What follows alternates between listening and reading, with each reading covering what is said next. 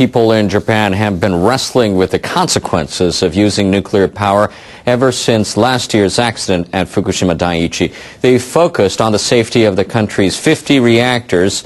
They've also debated the future use of atomic energy. Now there are concerns about the byproduct of the nuclear process, highly radioactive waste. NHK has learned top scientists are going to urge the government to rethink its final plan disposal for this waste. We've obtained a draft proposal by the Science Council. Right now, utilities store the waste in stainless steel containers. They're about a meter long and almost half a meter wide. Each one weighs half a ton. The government says there are approximately 235,000 of them in all. The nuclear waste inside is a glass-like liquid, so it's solid. Because of its dangerous nature, it needs to be stored away from people and the environment.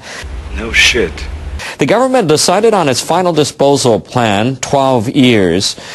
Crews would bury the waste deeper than 300 meters underground for tens of thousands of years. But members of the Science Council are questioning that idea. Their draft proposal says science has its limits and that Japan's frequent earthquakes and active volcanoes make it difficult to identify areas underground that would stay stable for such a long period of time. No shit. They say the government should re-examine its disposal plan, even if it means restarting discussions from scratch. You know, geology matters with existing operating plants, but geology matters also with repository siting, for instance, that kind of thing. But the back end of the fuel cycle is broader than that, and probably many of you are aware that we are now dealing with the waste confidence decision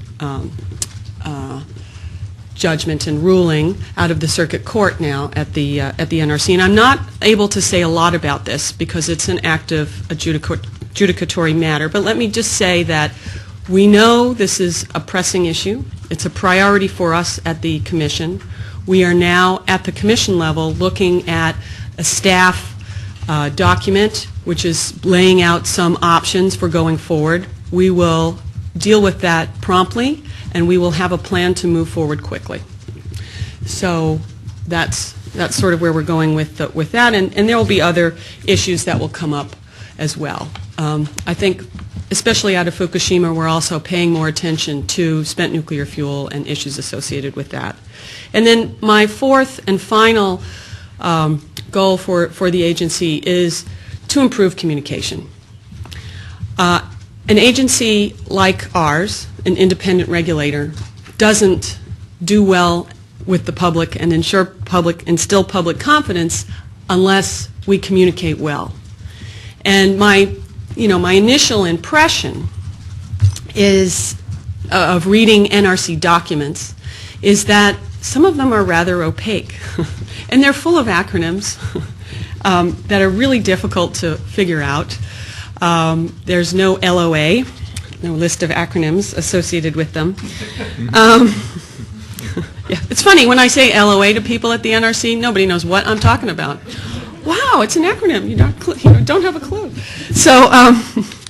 So anyway, I've been every time I get an opportunity to talk to the staff, I've been emphasizing this to them. I think it's important both internally and externally for us to be much more transparent with our communications. I read these documents and I sit there and I imagine a grandmother who lives near a nuclear power plant trying to, slog through some of these documents to understand what some of the issues are, and I just wring my hands. It's like I think about grandmothers trying to open bottle tops sometimes when I can't open them. How do they get the bottle top open? I don't know. So anyway, we need to make sure that we communicate effectively with the public so that the public can have confidence in our work.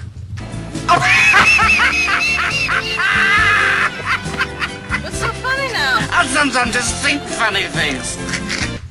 That's another very important area of focus for us.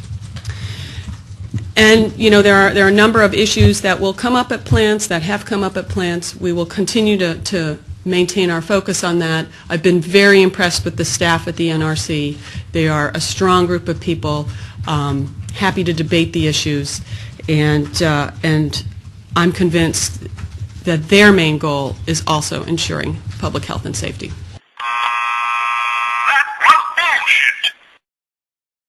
But the problem at this point is not really figuring out what the cause of the explosion is, but where in the world is the melted nuclear material that is in the plant right now.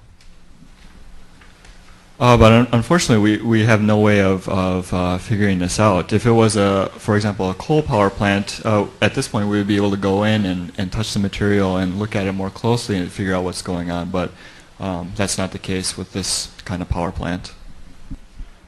But because the plant is a nuclear plant, we can't go in and we can't take a look, and there's nothing we can do at this point. And the gentleman who said that we can't call this an accident is absolutely true. It's not an accident. It was something that was absolutely predictable. But even though it was predictable, there was nothing done in order to measure what the consequences would be or anything of that matter. So like I said, we have no idea where the melted nuclear core is at this point. And I just want you to imagine the core is made out of ceramic. It's the same material that you use at home with your plates and cups and things like that. And can you imagine, can you melt that by adding heat to it? That stuff you can't melt unless you have 2,800 Celsius of heat put to it. They're saying that it indeed melt, and the amount of materials that are in there, the ceramic material, isn't just like one plate or one cup like you have at home, but it's 100 tons of it. So this 100 tons of ceramic material melted, and the vessel that it rests in is made out of steel, and that of course melts with that kind of temperature, so it fell through that too. So where did the melted material go there? It fell into the containment vessel. And what is that made of? Also steel. But what TEPCO has been telling us is that underneath that steel there's also a floor of cement, and that cement hasn't melted yet. But it's not as if TEPCO has gone there and seen if this is the case or anything like that. It's basically based on calculations that they claim to have worked out that way. But I don't believe it for 1 second.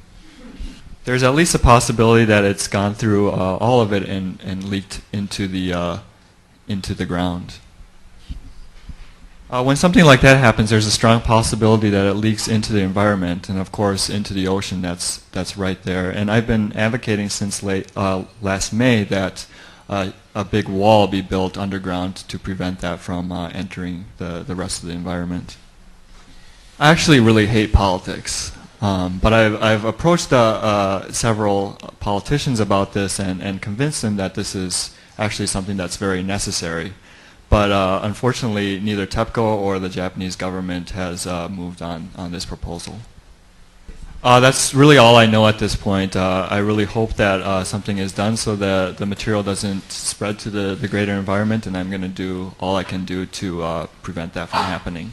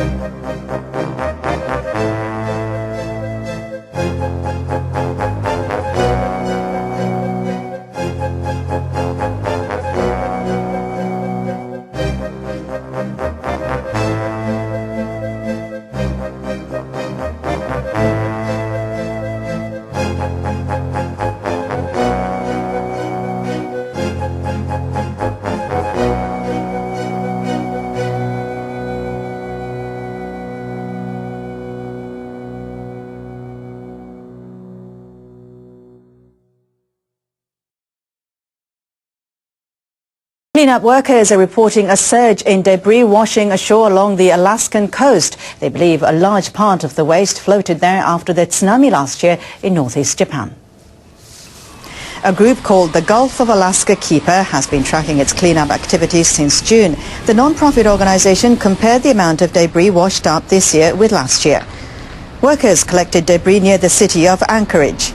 They say the quantity of waste had increased in 4 locations facing the Pacific. The amount at one location was 4 times higher. Members of the group say they found polystyrene foam as much as 39 times the amount found last year. They say many pieces of waste have Japanese writing on them. The group plans to provide the data to the U.S. government and the state of Alaska to help them develop measures to deal with the debris.